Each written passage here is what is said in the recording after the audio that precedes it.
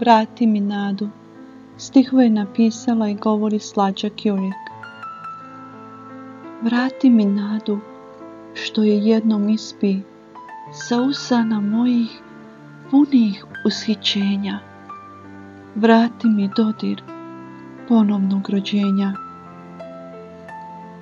Jer taj dodir usana, ustrhtalih, vrelih, probudi u meni šapate bez kraja, pa poželjih vječnost u rukama tvojim i ono što srećemo na vratima raja. Sačuvaj mi srce od suza i bdijenja. Sakrij ga u svoje oči sanjalice. Čuvaj ga u njima do skorog viđenja, da posadim sreću u tvoje zjenice.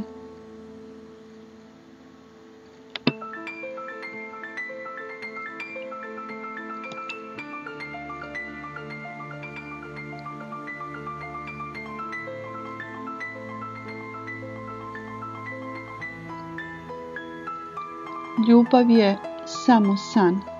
Stihove je napisala i govori Slađa Kjurik. Topli dodir duše svoje spustih tebi na dlan. Dadu ti svog života boje, a nebo mi šapnu, ljubav je samo san. U mom srcu otad živi, tvoga bistrog oka sjaj. Sa tobom je sunčan bio svaki kišni dan, ko grane breze, nježne ruke tvoje odvodile su me u san.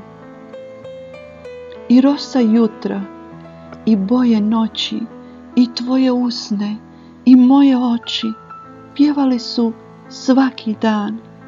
Ljubav je samo san. Ljubav je samo san. A onda su zanijemile ptice jedne noći. Nisu me htjele ni tvoje ruke, ni tvoje oči.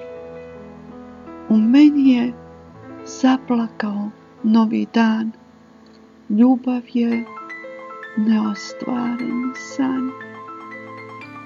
Ljubav je neostvaren san.